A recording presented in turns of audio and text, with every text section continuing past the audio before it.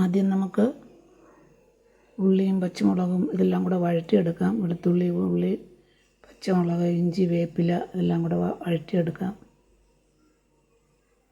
എണ്ണ ഒഴിക്കുക.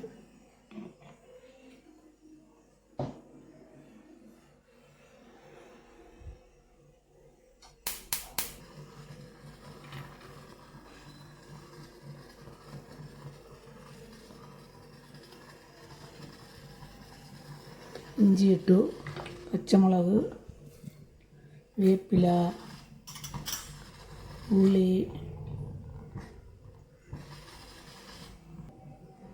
വെളുത്തുള്ളി എല്ലാം കൂടെ നന്നായിട്ടൊന്ന് വഴറ്റിയെടുക്കാം. ഉപ്പിട്ട് കൊടുക്കാം. ഉപ്പിട്ട് നന്നായിട്ട് വഴറ്റിയെടുക്കാം. അതിലേക്ക് ഒരു തക്കാളി മുറിച്ചിടുകയാണ്. മഞ്ഞൾപ്പൊടി ഇട്ടു.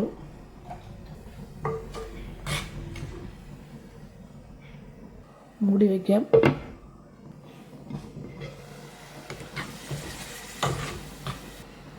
ഇനി അതിലേക്ക് എനിക്ക് ഗ്രേവി കൂടുതൽ വേണം. അത് കാരണം ഞാൻ 2 സ്പൂൺ മല്ലിപ്പൊടി, 1 സ്പൂൺ മുളക് പൊടി, നേരത്തെ കുറച്ച് ഒരു 1/4 സ്പൂൺ മഞ്ഞൾപ്പൊടി ചേർത്തായിരുന്നു. അല്പം കൂടെ മഞ്ഞൾപ്പൊടി. പൊടികളൊന്നും മൂപ്പിച്ചെടുക്കാം.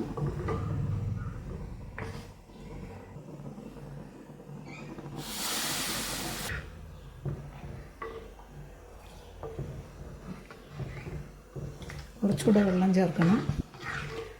തിളച്ച് പാകമാകുമ്പോൾ ഗ്രേവിക്ക് ഭയങ്കര തടിപ്പായിരിക്കും. അത് കാരണം ചിലർക്ക് ഗ്രേവി തടിച്ചിരിക്കുന്നത് ഇഷ്ടമല്ല. ഇവിടെ ആർക്കും ഇഷ്ടമല്ല. അത് കാരണം അല്പം കൂടെ വെള്ളം ചേർത്ത് കൊടുക്കാം.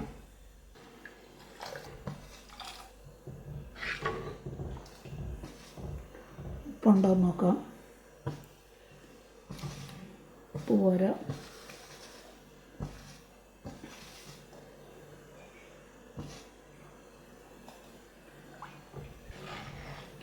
മുളക് കറിക്ക് ഉപ്പും മുളകും പുളിയും എല്ലാം എരിവുമൊക്കെ കട്ടക്കട്ട നിന്നാലേ, ഒരേപോലെ നിന്നാലേ ടേസ്റ്റ് കാണുകയുള്ളൂ. ഇനി നമുക്ക് കുടംപുളി ഇടാം അതിലേക്ക്. ഇത് നാടൻ പുളിയായത് കാരണം ഇത് വെള്ളത്തിട്ട് കുതിർത്തൊന്നും ചേർക്കേണ്ട കാര്യമില്ല. ഓൾറെഡി ഇത് കുതിർന്നിരിക്കുന്ന പുളിയാണ്, നാടൻ പുളിയാണ്.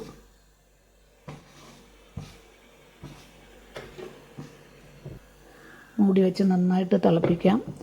തിളച്ച് കഴിയുമ്പോഴേക്കും നമുക്ക് മുറിച്ച് വെച്ച മീൻ അതിലേക്ക് ഇടാം.